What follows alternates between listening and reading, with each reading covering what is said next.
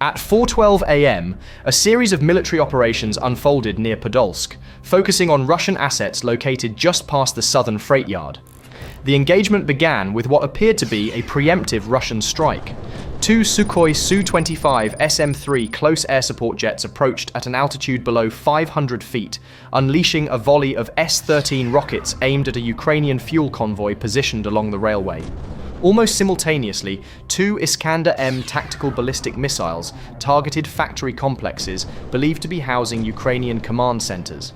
This initial strike was a calculated move, designed to disrupt an impending Ukrainian offensive before it could get underway. Ukraine's response was swift and multifaceted. A formation of Ukrainian F-16 fighter jets entered the engagement area, quickly locking onto the electronic signals of Russian S-300 and Buk M2 air defense systems arranged along the Podolsk beltway.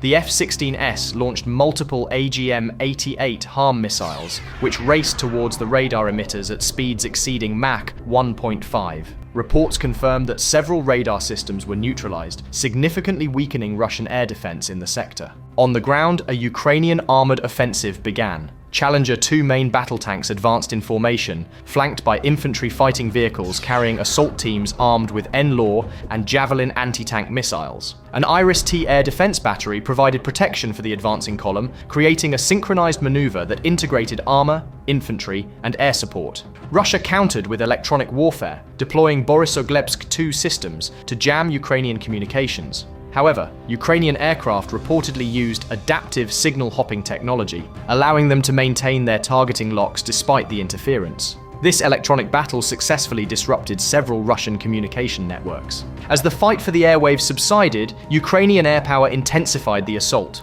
Mi-35 attack helicopters were spotted flying at an extremely low altitude, estimated at just 50 feet, to evade radar detection. They targeted retreating Russian armored vehicles and supply trucks with 9 M120 Ataka anti-tank missiles, with confirmed hits destroying several BMPs and fuel trucks. In a parallel flanking maneuver, Ukrainian stormtroopers, transported in BMPs, moved along the eastern side of the conflict. Their target was a fortified Russian logistics bunker responsible for routing ammunition and fuel to frontline units. Using explosive charges, they breached the bunker and secured the site in less than 90 seconds of close-quarters combat. A wounded Russian technician was notably taken prisoner during the assault. In response, Russia deployed its own heavy armor. T-14 Armata main battle tanks emerged from reinforced hangars north of the main engagement zone. At the same time, a Murmansk BN electronic warfare complex was activated, blanketing the battlefield with broad-spectrum interference. This immediately complicated Ukrainian operations, as drone telemetry feeds became unstable, and some reconnaissance assets began sending back false positional data, temporarily blinding Ukrainian oversight. This development led to a tactical stalemate dominated by electronic warfare.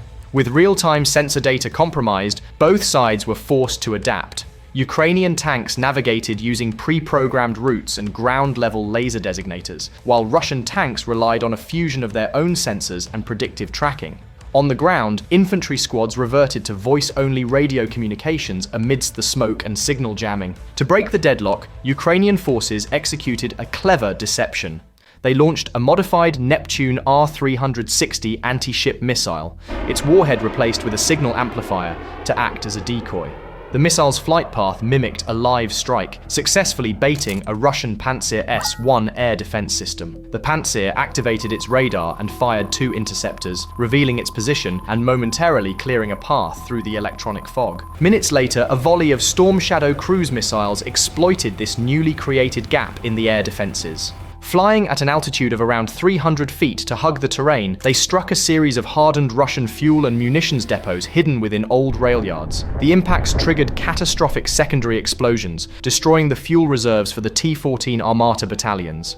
In a desperate attempt to hold the collapsing southern line, Russian forces deployed Nerekta unmanned ground vehicles. These tracked robotic units, armed with 7.62mm machine guns and grenade launchers, advanced through cratered roads to lay down suppressive fire on advancing Ukrainian squads. Operating without drone support due to the jamming, Ukrainian artillery spotters used preloaded terrain map and voice-confirmed coordinate to direct fire from 155mm self-propelled howitzers. The resulting artillery strike was precise, neutralizing several of the robotic units and allowing Ukrainian infantry to outflank and destroy the rest with rifle grenades and RPGs. The engagement quickly escalated into a large-scale artillery duel.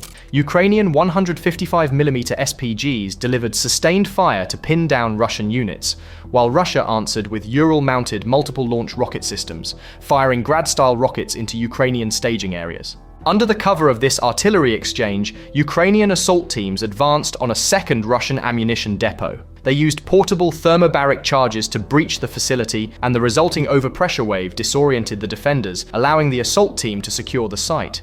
They captured several stunned Russian officers, including a logistics captain who was reportedly in possession of encrypted data on inventory and fuel routes. Russia attempted another counterpush with combat robots, this time escorted by vehicles disguised as civilian communication trucks that housed mobile EW arrays. This tactic briefly disrupted Ukrainian command.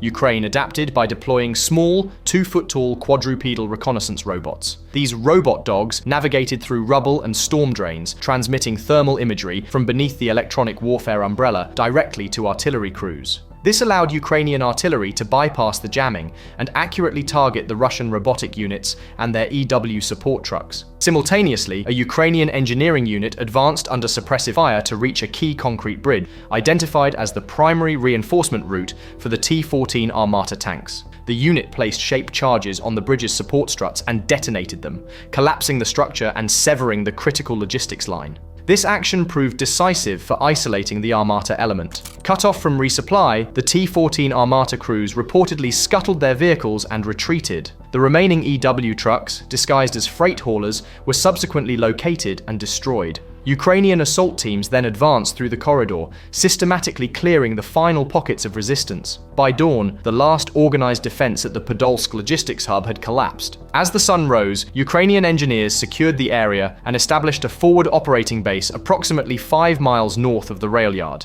This placed them within striking distance of Moscow's southern approaches, where they made a calculated pause. The operation had successfully neutralized a critical Russian logistics hub, creating what was assessed to be a 36-hour window of opportunity for Ukrainian forces and exposing major vulnerabilities in Moscow's southern defense belt. Later that morning, at 9:42, a separate operation unfolded on the Luhansk front near Starobilsk.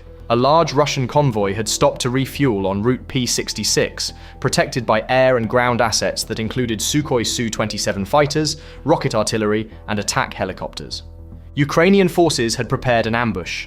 A DJI Mavic 3 drone provided reconnaissance from above, while tracked robotic units covertly placed TM-62 anti-tank mines along the convoy's potential escape routes. A mobile EW system was activated, jamming Russian communications and radar in the immediate vicinity. High above, a pair of Ukrainian Sukhoi Su-27 fighters patrolled at 12,000 feet, serving as a clear deterrent to Russian air assets. At 10 o'clock, the attack began. 2 FPV suicide drones approached at a low altitude of 30 to 40 feet. The lead drone targeted a truck identified as carrying artillery shells, while the second drone aimed for the rearmost vehicle in the convoy.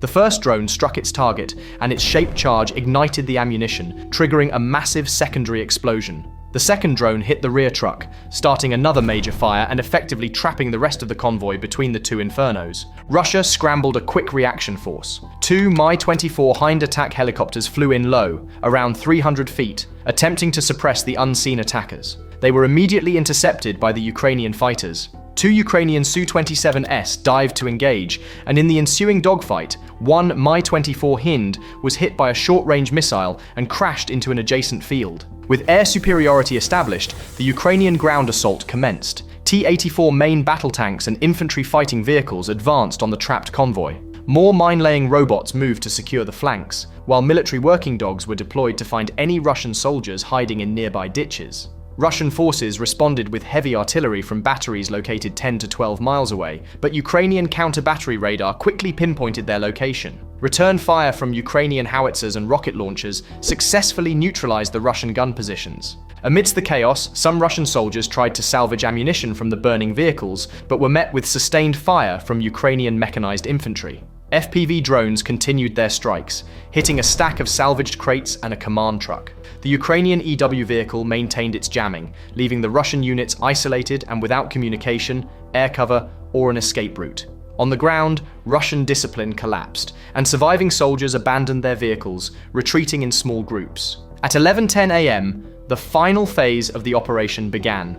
A second wave of Ukrainian suicide drones struck a temporary Russian ammunition dump on the north bank of the Ida River, which was meant to resupply the now destroyed convoy. The depot detonated, creating another massive pillar of fire and smoke. This final strike effectively paralyzed the P-66 supply artery, destroying over 50 tons of ammunition and severing the logistical flow into Luhansk for what was projected to be up to a week. The operation highlighted the vulnerability of rear-area logistics hubs that were once considered safe. At the same time, Ukrainian forces launched a third, highly strategic strike targeting command and control infrastructure within the Moscow region itself. Following a failed Russian counterattack, the military academy of the General Staff was left exposed. Ukrainian forces capitalized on this vulnerability, directing loitering munitions into the academy's main hall.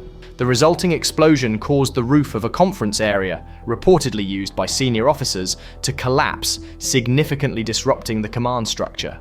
Immediately after the drone strike, armored infantry units breached the academy's northern gate with a shaped charge. T-84 tanks and mechanized troops entered the compound, supported by quadrupedal recon robots that provided commanders with real-time interior video feeds. The academy's command center was systematically neutralized. This operation crippled a primary center for Russian officer training and strategic planning, a loss that will likely force Russia to disperse its leadership centers, weakening their long-term ability to replenish frontline commanders.